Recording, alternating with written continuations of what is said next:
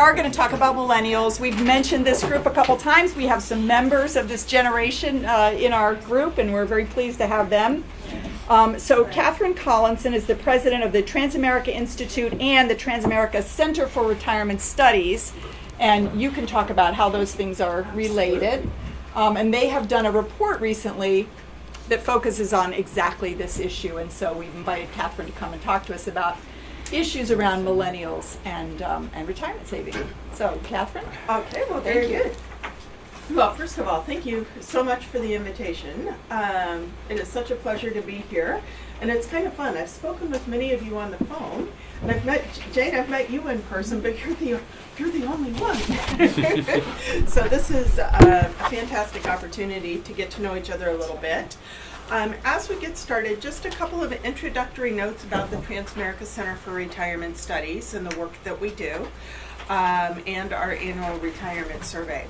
Transamerica Center for Retirement Studies is part of the Transamerica Institute, which is a nonprofit private foundation that receives funding from the Transamerica Corporation. I have been with the Transamerica Center for Retirement Studies since its very beginning, and also was instrumental in expanding it to the Institute. We have a sister initiative called the Transamerica Center for Health Studies, which is all about providing education and helping people make informed decisions about healthcare coverage, given that there's a lot of widespread confusion on the topic. So each year we do an annual retirement survey. This year I'm pleased to share that we're released our 15th annual. It actually is in a couple of parts. There's a worker component, and then later in the summer an employer component. And this year's survey included over 4,000 respondents, of which more than 1,000 are millennials.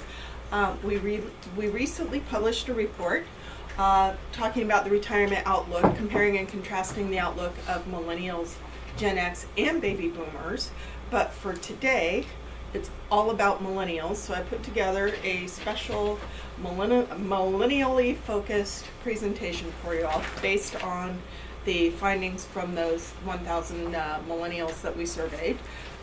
It's an online survey. We used Harris Interactive, and it was fielded in February and March, so the data is still really fresh.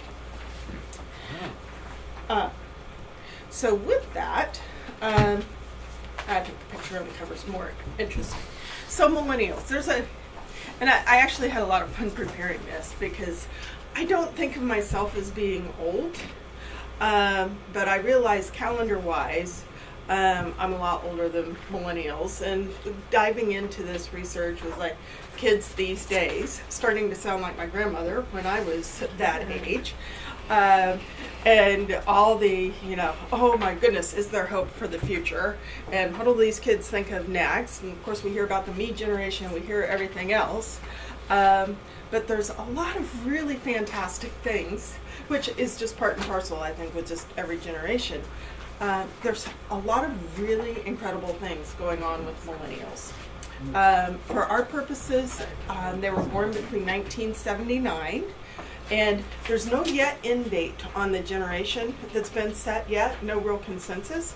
So we surveyed people born in 1979 up to 96, so age 18 at the youngest. And we found some really incredible things. First of all, if we just think about recent history, some of which we all remember and much of which we probably want to forget, millennials came to age at a really action-packed time in our history. So they grew up with the irrational exuberance of the 90s, Y2K, the dot-com bubble, September 11th, the subsequent market recovery, but then the real estate bubble, and as many of them were entering the workforce right at the time of the Great Recession. They have seen a lot of very dynamic changes in life events and already in their short lives so far. They've also seen profound technological advances, which they are just quick to pick up, quicker than, say, I am. And And there's been a lot of talk, we all talk about it, how are they going to navigate through unemployment and student debt? And the reality is this: in 2013, people between 25 and 34 did have a higher unemployment rate, over 7%, compared to those over 35, in which it was under 6%. According to the Urban Institute, 2/3 of recent college grads graduated with an average of $27,000 in student debt.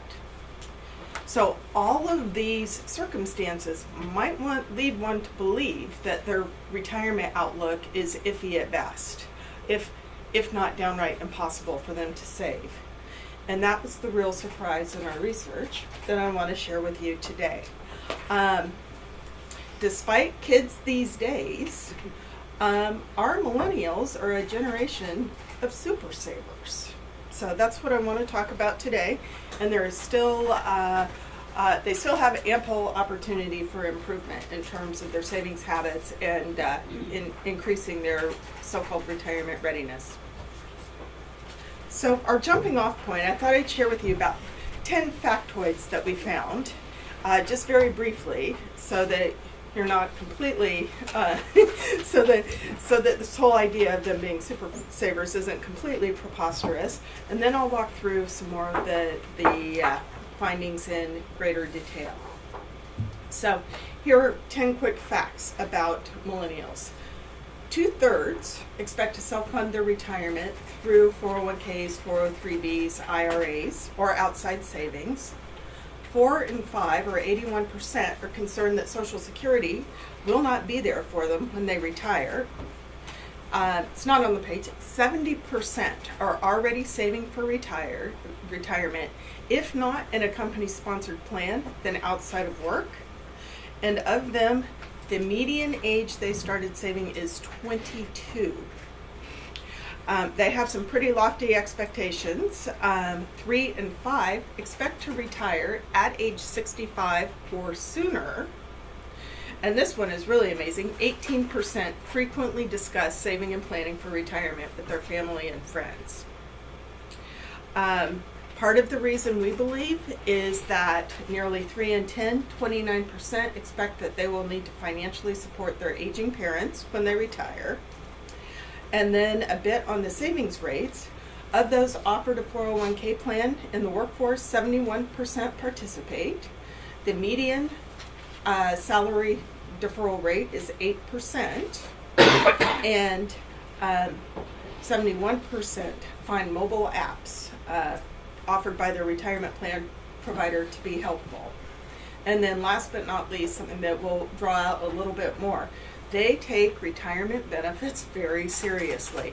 2 out of 3 millennials in the workforce said they would be likely to switch employers, leave their current employer for a similar job if that job offered better retirement benefits.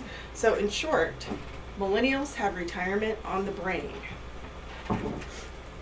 Now, some interesting demographic characteristics of millennials, which we won't get into the full-on comparisons with Gen X and baby boomers, but they're in the back of the document that I handed out, is of our millennials that are age 18 to 34, 74% are working full-time.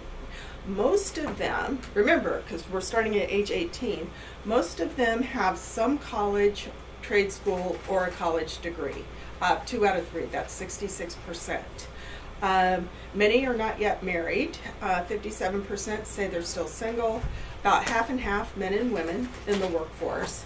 And then ethnicity is a really interesting characteristic about millennials in the workforce, because they are much more ethnically diverse than older generations like Gen X and baby boomers. And they are recovering from the Great Recession. At the time of our survey, nearly 80%, 79% said they had either fully or somewhat recovered from the recession or were not affected by it at all. So their recovery rate is faster than older generations. And many are upbeat about their retirement outlook. 68% are confident that they will be able to achieve a comfortable lifestyle and be able to fully retire with a comfortable lifestyle. And as I mentioned before, 3 in 5 millennials plan to retire at age 65 or sooner. And this is in stark contrast to older generations, we'll take the most extreme, baby boomers, in which 65% plan to retire after age 65 or do not plan to retire. Now, one thing about retirement that is consistent among millennials and across all generations is the whole idea of just stopping working is kind of, it is nobody's vision of retirement anymore. Most people envision a phased transition into retirement that involves either continuing working, shifting from full-time to part-time, or working in a different capacity, either that's more satisfying or less demanding. But only 1 in 5 say they're going to immediately stop working when they retire. And one more thing I love about millennials is, even though many plan to retire at 65 or sooner, half plan to continue working in some manner, for the most part, part-time versus full-time, even in retirement.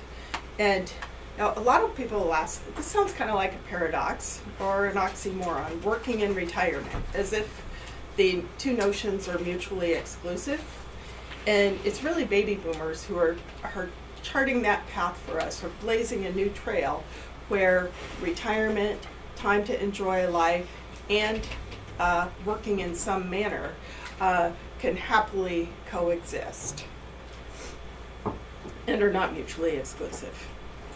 Now, one thing about the millennials, just yet another thing to love about them, of those who plan to work in retirement, nearly as many plan to do so for reasons of enjoyment as a need, want, or need for the income and benefits.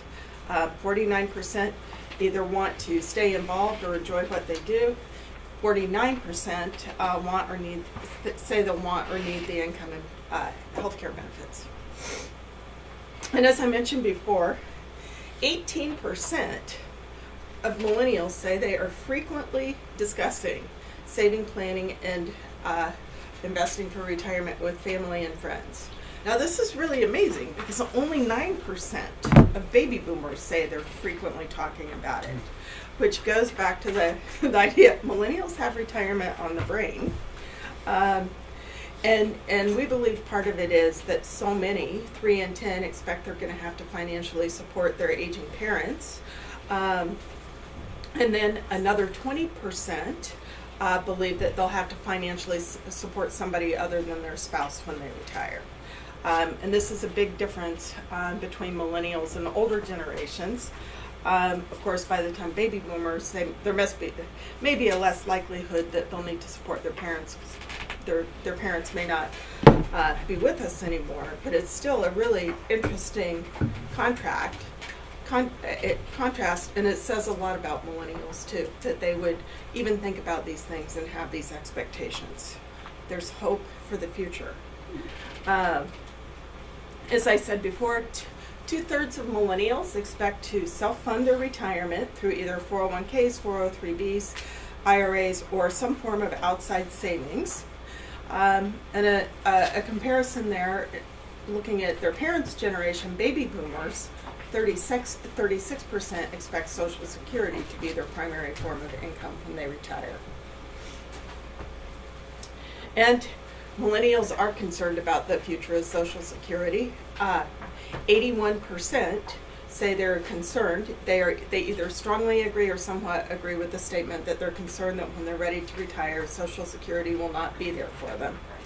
Interestingly, the response rate was even higher among Generation X and lower among baby boomers.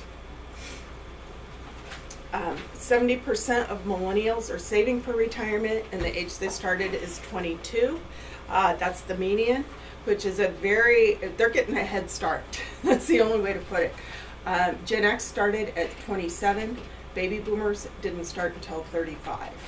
And I'll point out, a big reason for baby boomers starting so late is their careers were already well underway when many had access to the first 401k plans when they became available.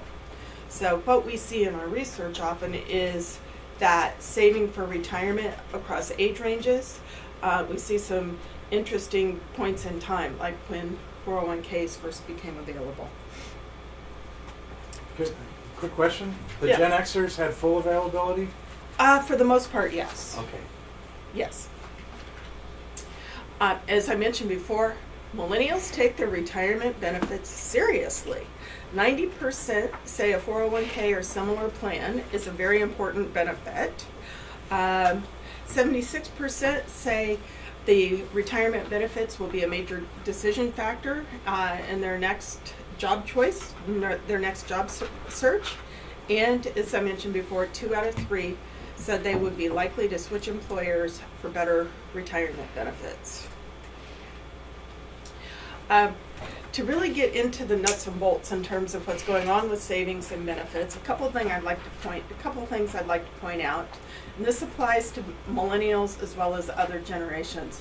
There is a huge difference in coverage, those who are offered benefits, between full-time employees and part-time employees. So if we looked at a blended number, we'd say 62% of millennials are offered a 401k plan. When we take a closer look, 69% of full-time working millennials compared to only 42% of those working part-time.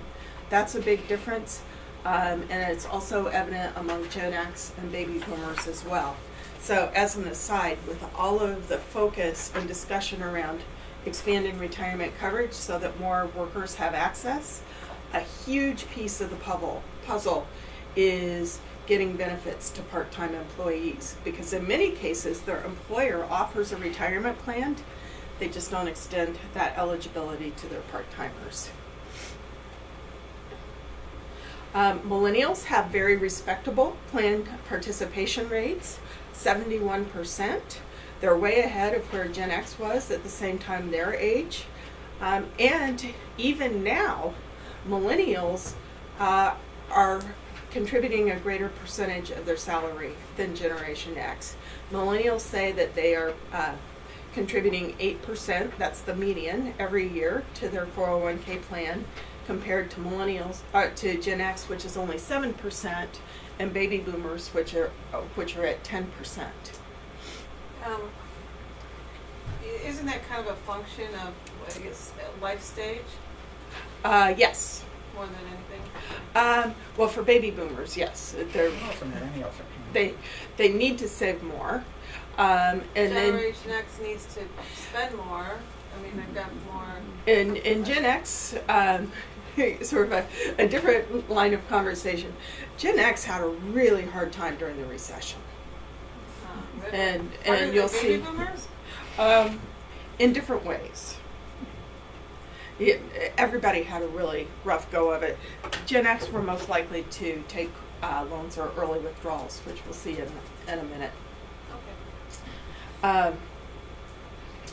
Then one thing that I think is fascinating about millennials, we all know that the presence of an employer matching contribution can really drive up plan participation rates as well as plan contribution rates. So we took snapshots of employees who are offered, who have a plan or are offered a match, to compare them to those who are not offered a match. And the millennials yielded the most dramatic results. So of those who are offered a match, 80% participate in the plan, compared to only 65% who are not offered a matching contribution. And when you look at the percentage of their salary, if they're offered a match, millennials' contribution rate jumps up to 10%, and it's only 5% of those among those not offered a match. So just a little bit of behavioral economics at play, but it yields some really, really impressive differences. And it doesn't matter on the level of the map. No, we didn't get that Right, right. granular in the line of questions.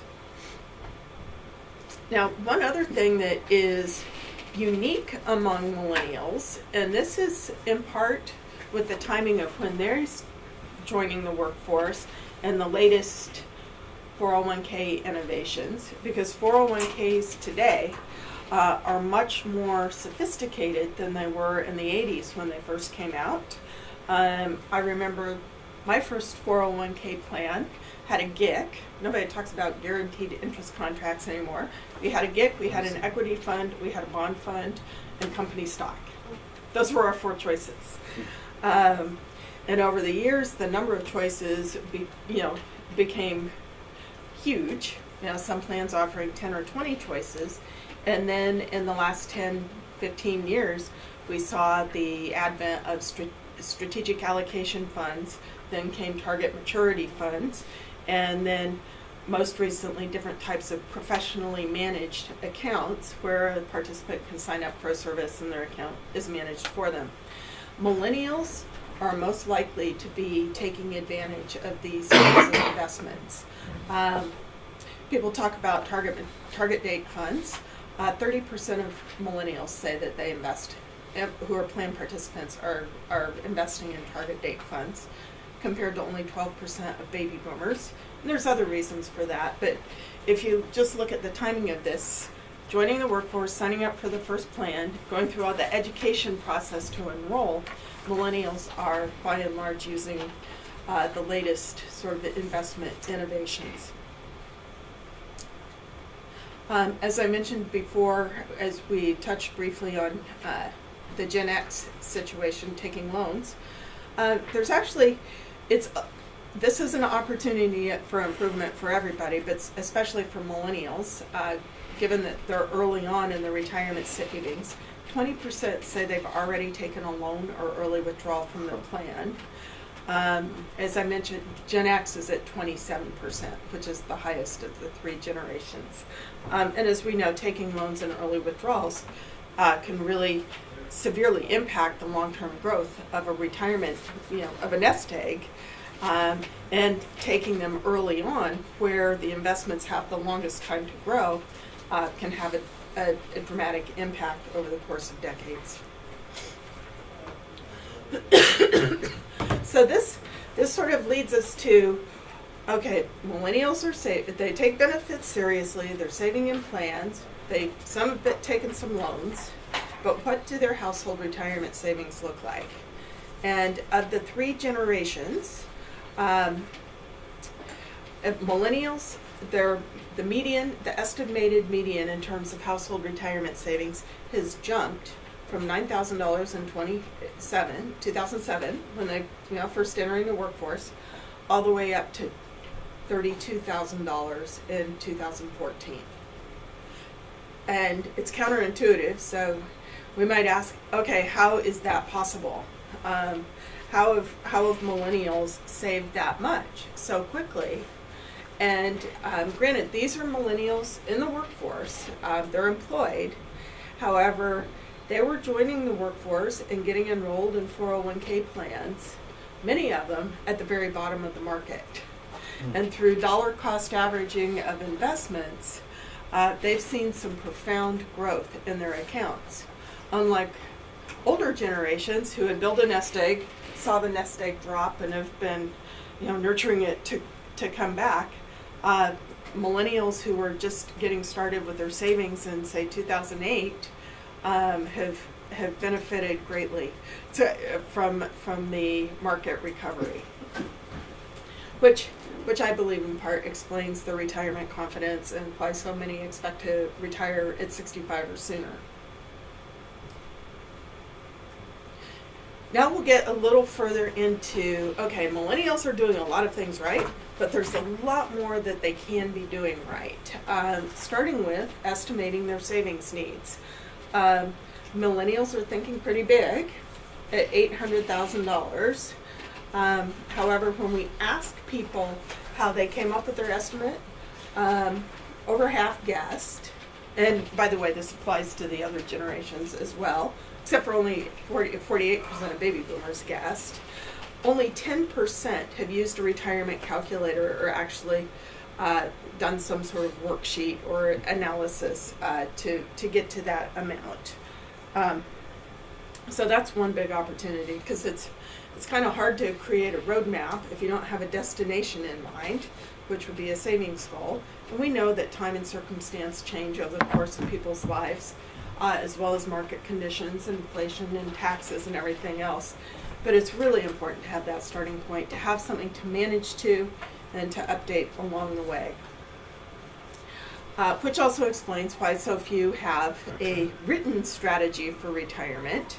59% say they have some sort of retirement strategy, but only 13% have actually written it down. And I guess of note, this is an opportunity for improvement for all three generations, because the response rates are astonishingly similar. And of the three generations, the millennials saying, oh, I have a strategy, their strategies are not very robust. So we asked some of the fundamental components that might go into a strategy, and the highest response rate at only 52% was retirement savings and income needs. So they're thinking about it, but they haven't really thought about it hard enough and focused on some of the key details. Going back to benefits, millennials are hungry for more retirement education and advice. 3 out of 4, or 73%, agreed with the statement they would like to receive more information and advice from their employers on how to achieve their retirement goals, a response rate which is highest among millennials compared to Gen X and baby boomers. And they love digital.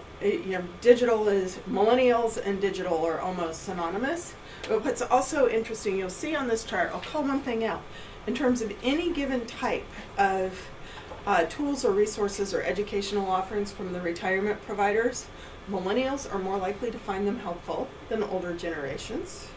And then when we look at pure digital responses with new technology, we see some pretty big differences in response rates. So 71% of millennials find mobile apps from the retirement plan provider to be helpful, compared to only 47% of baby boomers. And then the biggest sort of percentage difference is 61% of millennials find information on social media, such as Twitter and Facebook, to be helpful, compared to only 28% of baby boomers.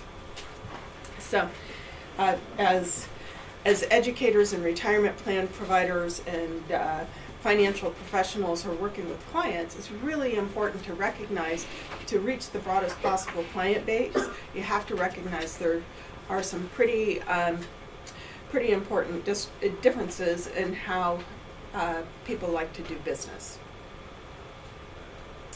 And then in terms of advice, most want advice, yet only 1 in 3 have some sort of professional financial advisor, which is also, we see the response rate increase with age, but that's something that down the line, that when they're ready, if needed, is something that they would want to think about.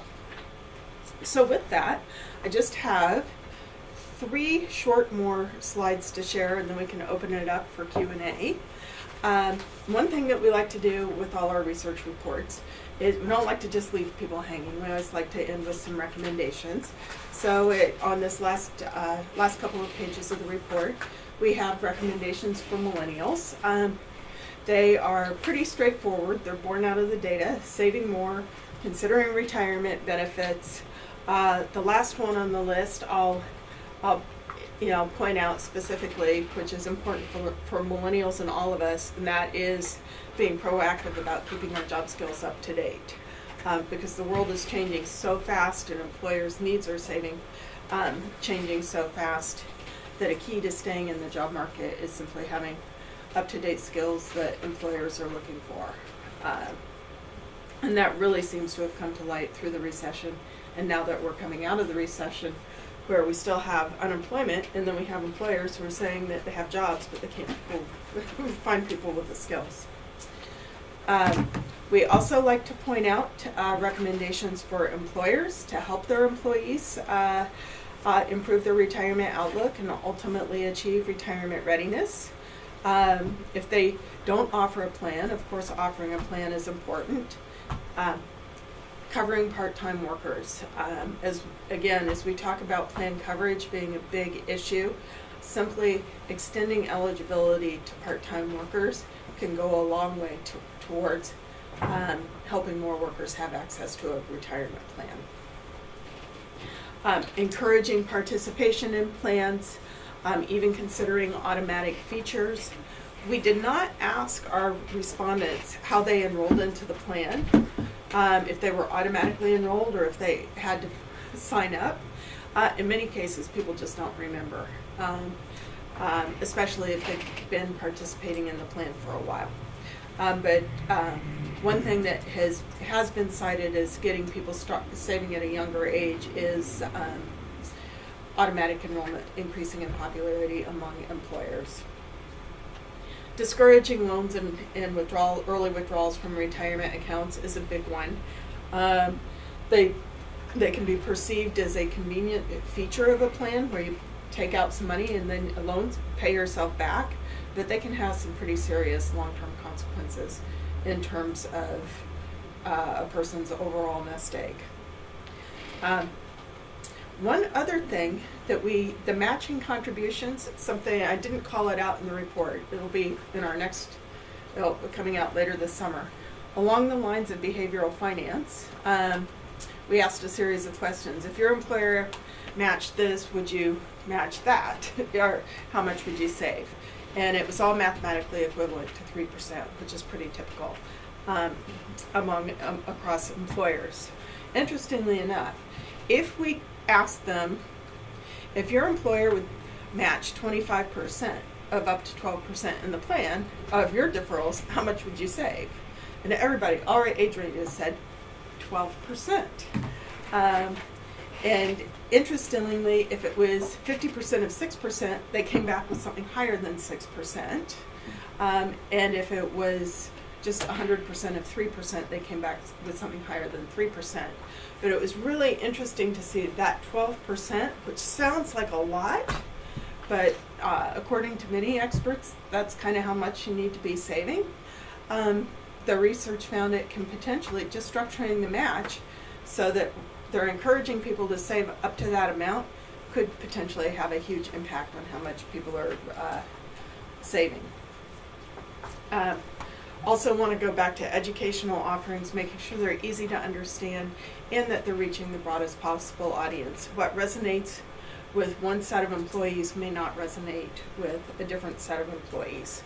And we saw generational differences, but we also see similar types of differences when we look at responses by gender as well as by level of education.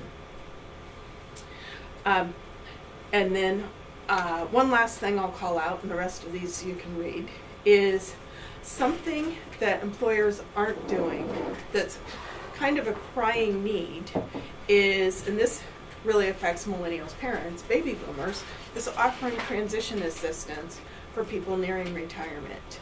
Employers are doing a great job in terms of offering benefits to full-time employees. However, once they get close to retirement age, few are doing things like offering financial counseling or seminars or helping them, even pointing them in the right direction of some big decisions they'll need to make as they transition into retirement. And then we also see a lot of people want to go from full-time to part-time when they retire, but only 1 in 5 say their employers will support that. These are things that employers can do that would really help their employees. And with that, all of the employee morale and goodwill, and even sort of staff management that goes with it. So I will finally leave you with some recommendations for policymakers. One that we're paying close attention to are simply preserving existing incentives for workers to save for retirement. As we're going through this era of tax reform, there's been a lot of proposals put forth on the table, especially as it relates to hardworking Americans, the middle class.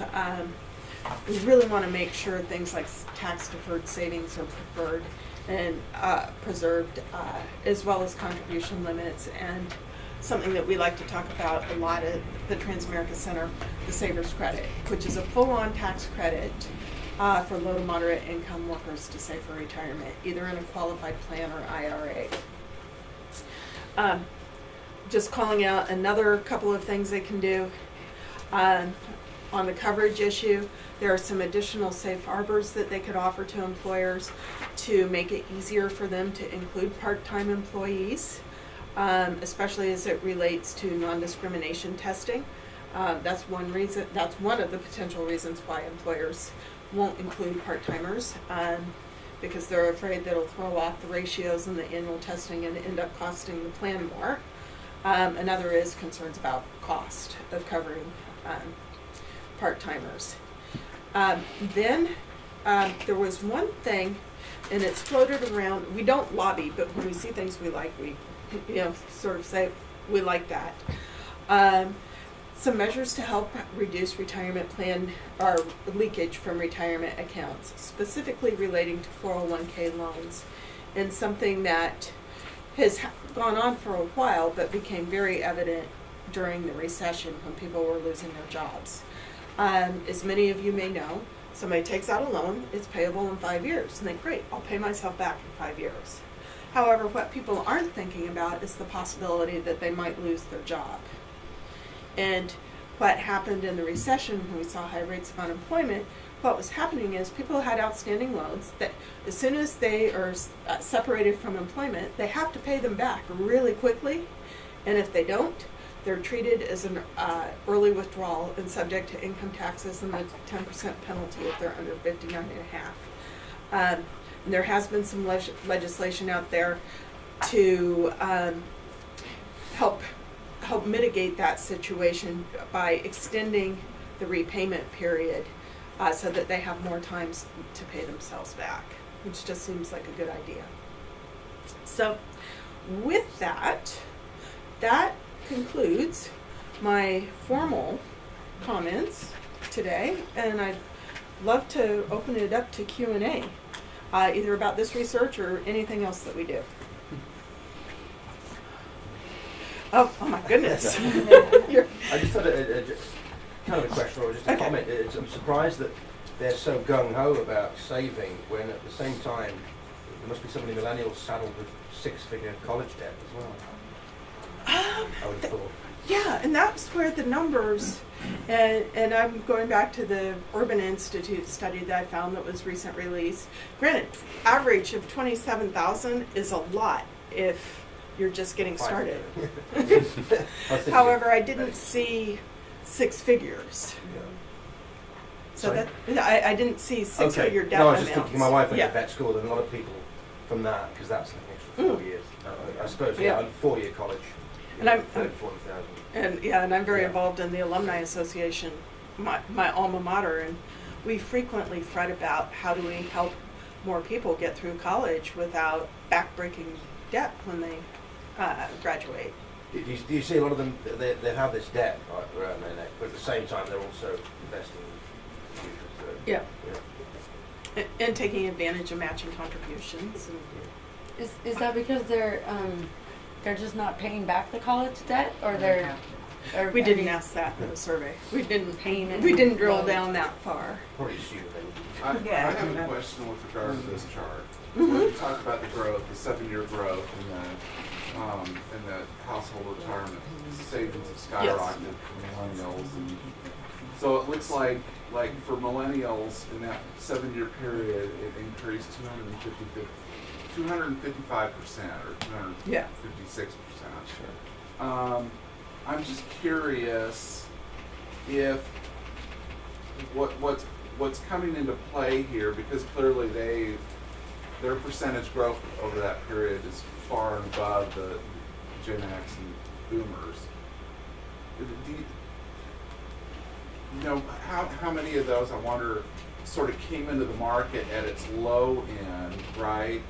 Or they started their 401k like in 08 or 09 when stocks were generally sort of at their lower end of value, and then do you see what I'm I saying? know exactly, yeah.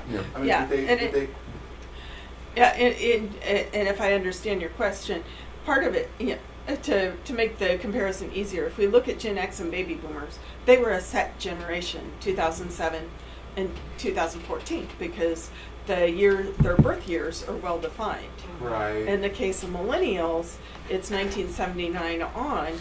Right. So part of the uptick captures people newly entering the workforce in 2008, 2009, 2010. Okay. And seeing some of the big run-ups that happened in 11 and 12 and on. Okay. Same So goes there's with a housing. timing effect. Yeah. Same goes with housing, and that's leveraged. If I put 5% down and buy a house, and the house goes up 20 or 30% in value, my return on equity is huge. So that wealth figure really goes up fast with a house. Yes. If you're If I was fortunate lucky enough enough to buy a house at the bottom. Yeah, right. Yes, But yes. I read just, there's a report just recently about millennials having this student debt, so they can't buy houses, they're not getting married as quickly and setting up. Okay.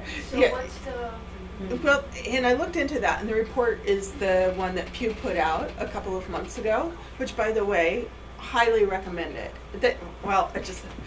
I love their research, but I especially love the report they did on millennials. And then they also do some great stuff on multi-generational families.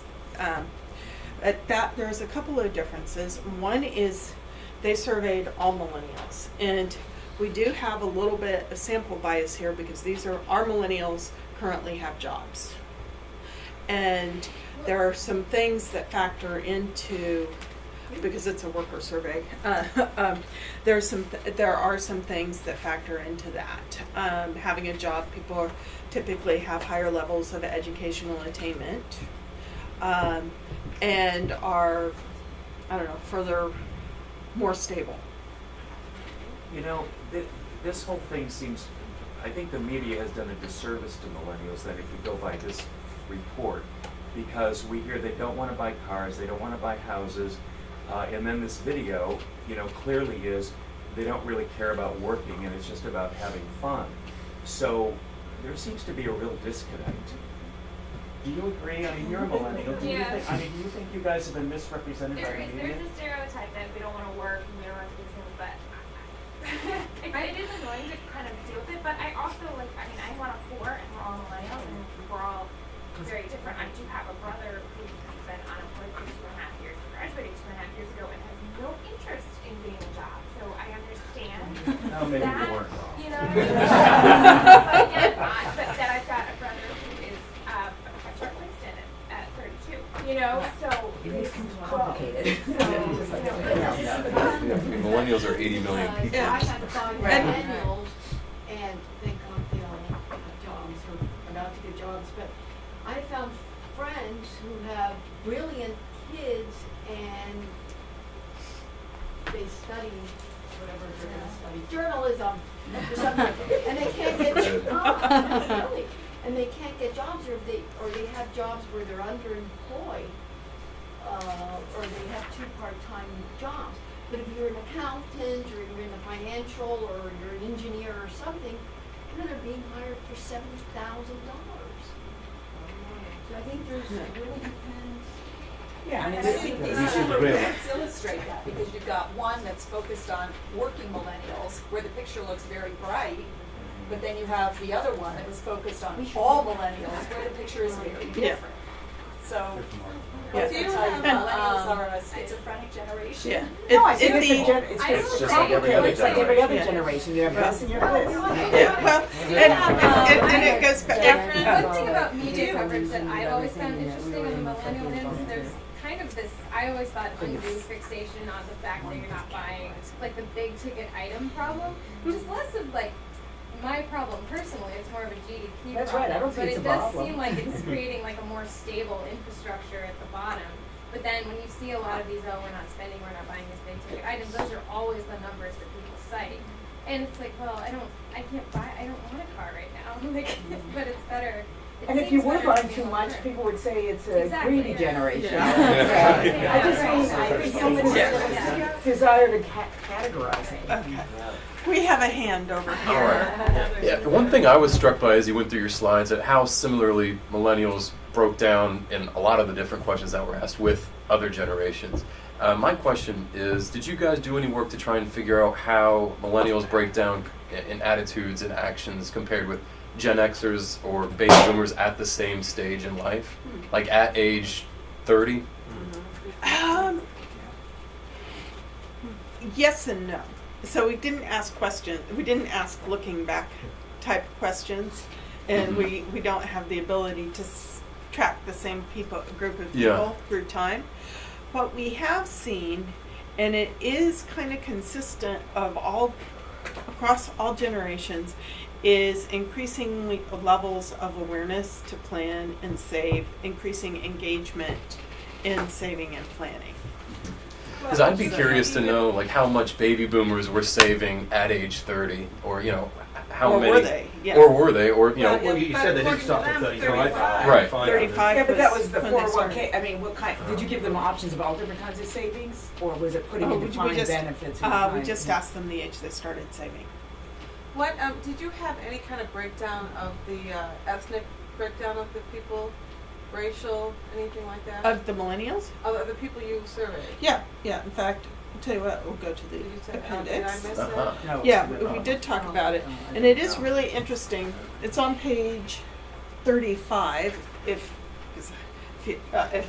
this is hard to read, that millennials in the workforce are the most ethnically diverse group Yeah, I remember that. compared to Gen X and baby boomers. Well, part of the reason why I ask is because the woman who was just here before talked about the disparities between racial backgrounds and such, and I was wondering, well, if this is more white kids than Hispanic or African American, I can see it is more white kids, but it's still a pretty good mix.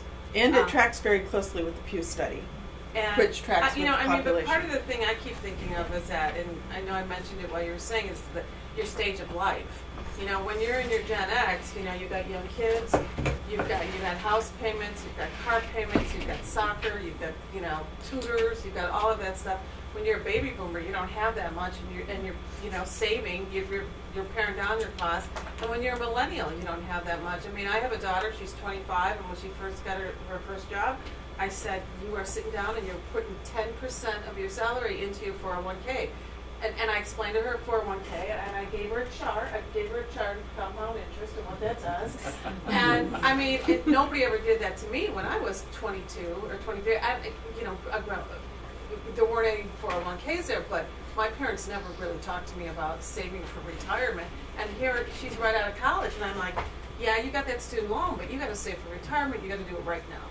And so I'm wondering if so much of this is just because these kids have been taught that by their parents. Part of that whole kinship thing she talked about too. That, and I mean, every single one of her friends who walks into my house, I'm like, have you started saving for your retirement yet? And they're like, yes, Well, to that point, I ran into a gal who works at the museum, and we got talking, and she's a volunteer over there and doing 15 other things as well. And we started talking about retirement. She goes, "Oh, I save," and I said, "Well, we're kind of led to believe that you guys weren't even interested in that." She goes, "Oh, it all came from her parents telling her, this is what you must do," and and she's doing it. Yeah. I was gonna harp a little bit more on the student loans thing, but probably it seems like. But I mean, there was a study that came out, I think last week, and it might have been, I think it was Pew, and it was talking about how the savings rate between people who were in debt, if they start out in debt in college, their savings rate is a lot lower than people who come out of school with debt, and the rate at which it affects their household wealth is kind of staggering. So I was wondering if you've done anything kind of on that gap issue and those people falling behind and sort of, how that affects. I'm curious just how it affects the savings rates for one. Like, is that 12% median, or was it 8% median rate? Is there any breakdown of that between people who have other types of debt? Okay, that's a really interesting question. I'd have to go back and do some crunching That's fine. of numbers. I can't do that one in my head, but what is, and there's more research coming out, and then we have a companion piece that we did years ago that we need to update, is looking at the cost of a college education and how it affects lifetime earnings compared to the cost of not having an education. And the difference is profound because it affects employability, it affects earning power, and in the work that we've done, because we like to look at retirement benefits, it affects workers' access to having retirement benefits. And then there was something really even more intriguing in it, is just the sheer having access to benefits and saving in a plan and building some savings.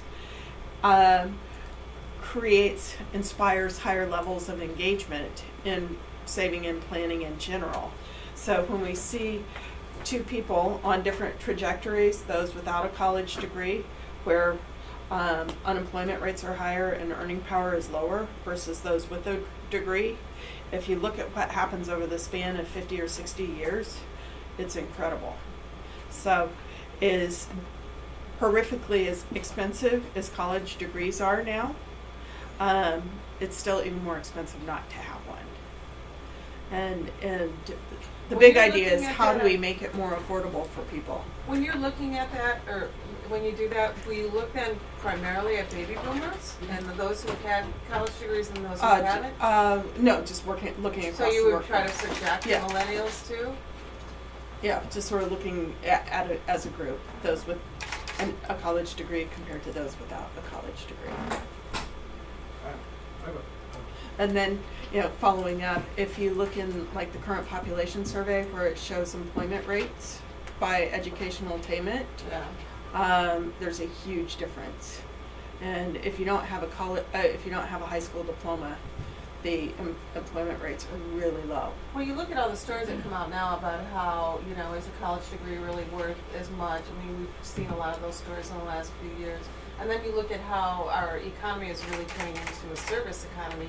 I mean, I hear a lot about how college grads are waiting on tables and doing things like that because they want to become big restaurateurs, or they want to move into that industry. But I just wonder if we are turning into such a service economy, do we all need college degrees?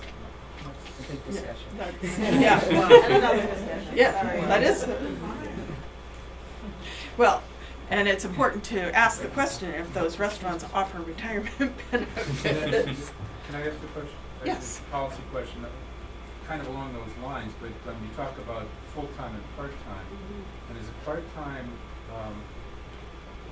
employed, or is it contract employees? And have you looked at the rise of sort of alternative work engagements and the impact on retirement rates? What we did was we looked at full-time and part-time. We did not get into self-employed and contractors and So freelancers. part-time excludes contractors? Potentially, yes. We And didn't get that employees? granular in our line of So questioning. part-time just means they work Are you- part-time. Are you for employed themselves full-time by your current employer? No, they're employed part-time by an employer? by an employer, but we did not ask, are you part-time W-2 or part-time contractor? Yes. I had one question about the study, when you showed that graph about the, breakdown of the demographics. It seemed like your millennials were making a lot of money with, 19% making $100,000 or more. Am I reading that right? Well, it's- It's household It's also income. household. So what is that? Is there living at So when we ask household income, some of them, when I looked at that, I've sort of, in my own filters, we didn't break it out, married millennials, single millennials. So this is a composite household income number, of which some of the people are single and some are married. And if we think about especially that 19% over 100,000, if they're married, seems more within the realm. But But if you they're don't know if they interested- live at home and they're Yeah. saying $100,000 because their mom and dad have the money too. Is it the dad's salary? Oh. Yeah. Maybe they're adding on again. This is 18 and over. Yeah. And that's It's under 18 and 18, the youngest, when this was done. Yes. And you can be So- 34. I know several 30-somethings who make over 100,000. Their Well, software. also, if you make 50 and your wife makes 50, it's not like either of you are making a ton of money. Yeah. And there's geographic differences in expensive metro areas versus. I know an investing guru, and people ask him about stocks all the time, and he always tells them the best thing you can do for your retirement is get a vasectomy. And millennials are also pretty famous for delaying childbirth. So I wonder if this savings rate boils down to deferring childbirth. I mean, when you don't have kids, like baby boomers had kids when they were 22. Well, they were much more likely. That's why we have an echo boom. So these folks are delaying. They're getting jobs, they're making money, and they're delaying childbirth well into their 30s. Is that? And not buying a house either. Yeah. So I mean, Do do we know anything about? Sir? Do we know anything about that? Whether that's because having kids is really expensive. Yeah. Not based on our research, but other research, we are seeing it's a global phenomena, the declines in birth rates. People just aren't as having kids as they used to. So it's not just delaying having kids, it's fewer. That could explain the high savings rate all by itself.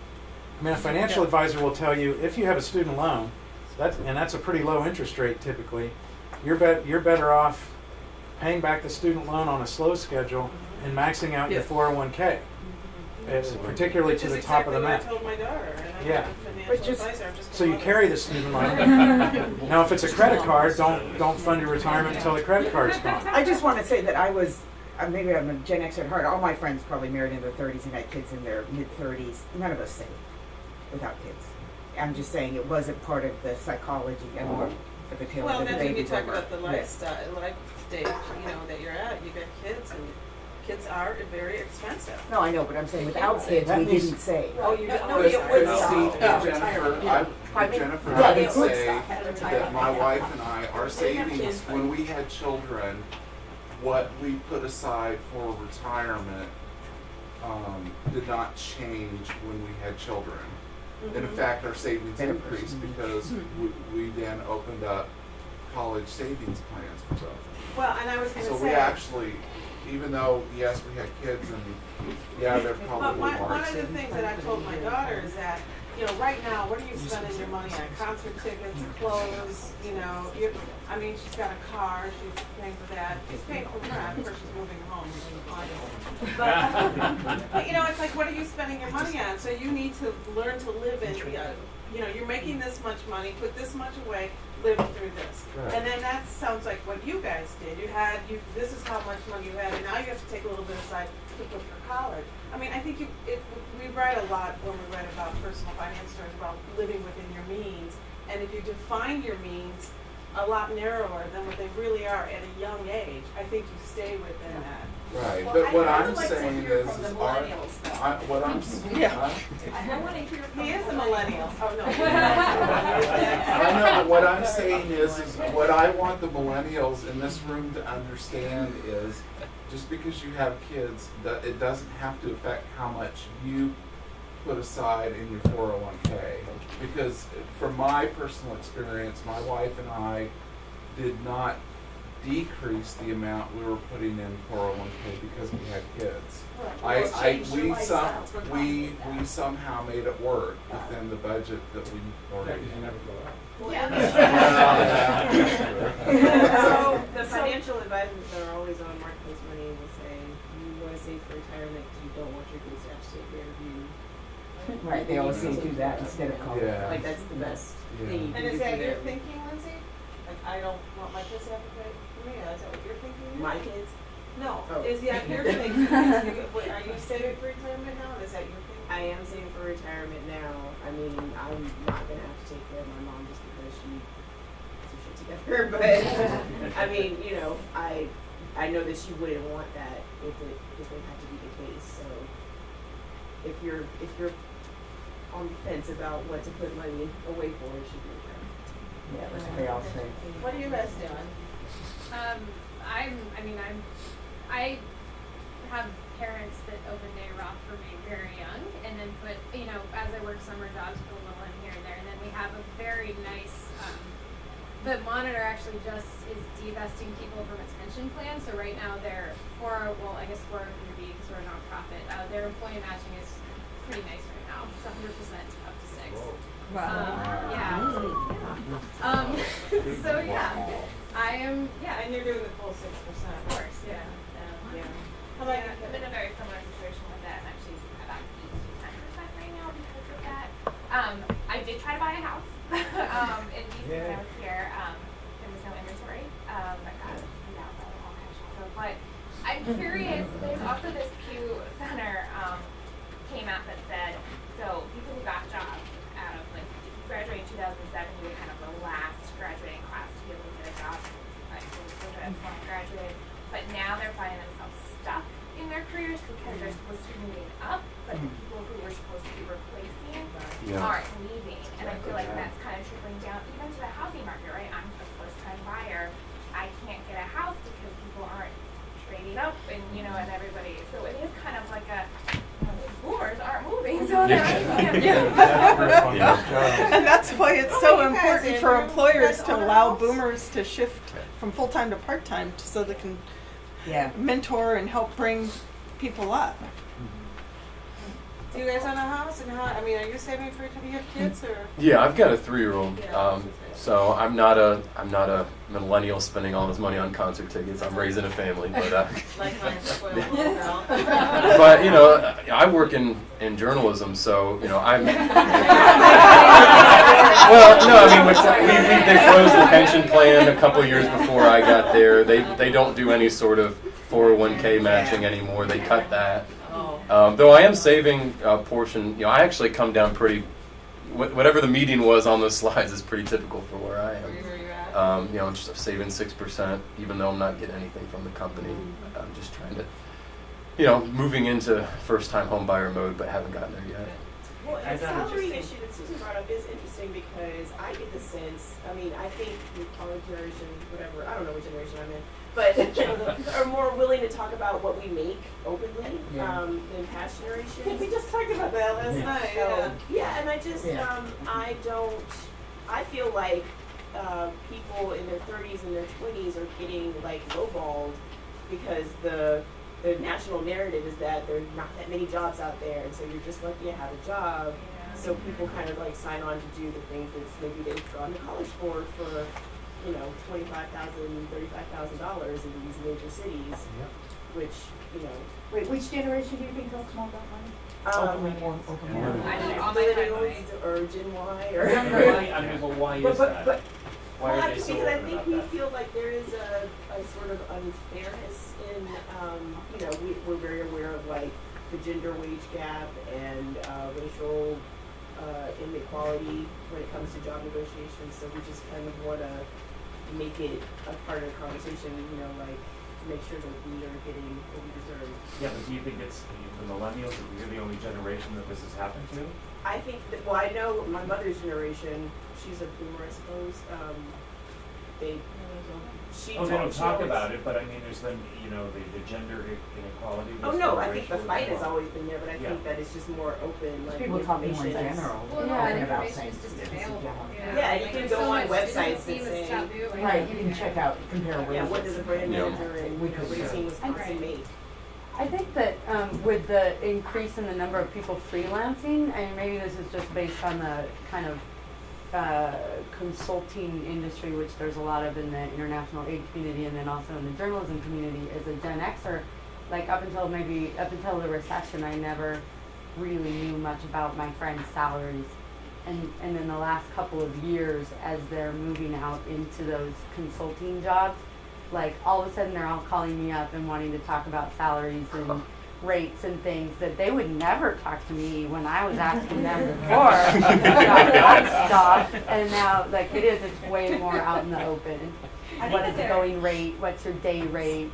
Yeah, I mean, I think that there's a lot more access for millennials to tools and technology that helps you save.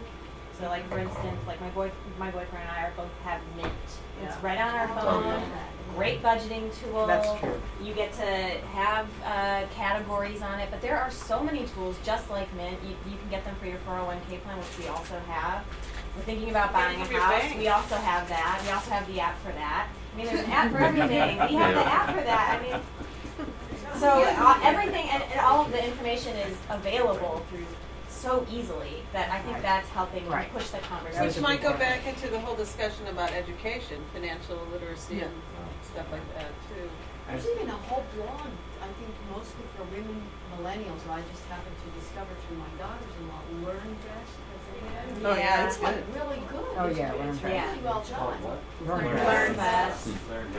My So friend- you sign up for the email, it's really good. Employers, The concern about investing in the stock market, which I thought, I got the impression yesterday, it's rather low from a baby boomer perspective, but then we looked through a historic bull market. I think last week there was a Wells Fargo survey that said we're actually not really investing in the stock market as much. Like, I Right. think we still That's kind of my make point, nervous, Yeah. but we're still, 401ks and things like that, but I don't know if individual investments that really, my own portfolio. I did a story on this last year actually, and it is relatively low. I don't remember the exact number, but I think it was under half had anything in the actual stock market. Partially because I'm 85, so I'm kind of like an early mid millennial. People slightly older than me, some of them, were I talked to a couple of people who were investing in their 401ks, had it, lost their jobs in the recession and then had to take everything out and then, paid a fee and now they're starting back over again. And I think you immediately lose like everything, kind of at the first blush. What's we've seen a couple of slides over the last couple of days about people or companies dumping defined benefit and the rise of defined contributions, but do we know what's been happening to 401k in terms of employers offering them? Because I'm on my second newspaper employer that blew up the 401k match. And are those coming back? Yes, Or are yeah. these companies Matches. still killing their matches or ending their programs? Now, what we found when we surveyed employers last year in 2013, we're getting ready to survey them again this summer, is many had dropped, or reduced or eliminated their match during the recession, but more than half had already reinstated them, and more had intentions of doing so. Oh. And they do get the message that that it's an important tool for attracting and retaining employees. It's a valued benefit. We've even seen, and this happens in really large corporations because they're most likely to have these old sort of rich defined benefit plans, that if they're considering freezing or cutting back on the defined benefit plan as an offset, they might actually increase the match on the 401k. Bank of America did last year. Any other questions? How do you, I'm wondering if you're faced with a question about the pool or the school of thought that the 401k plan is designed to fail in terms of converting capital gains into ordinary income. We heard in an earlier presentation, if you pull out, your 401k withdrawals during retirement could push you into higher Medicare expenses. Do you grapple with that, or are you dealing with the converted when you're?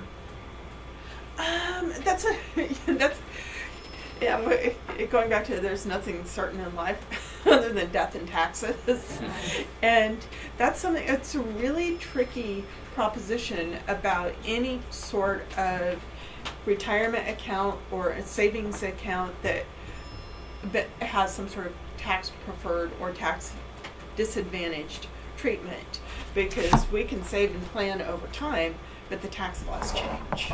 So whether we all want it or like it or not, most of us don't like it, embedded in how we save and invest, there's tax risk.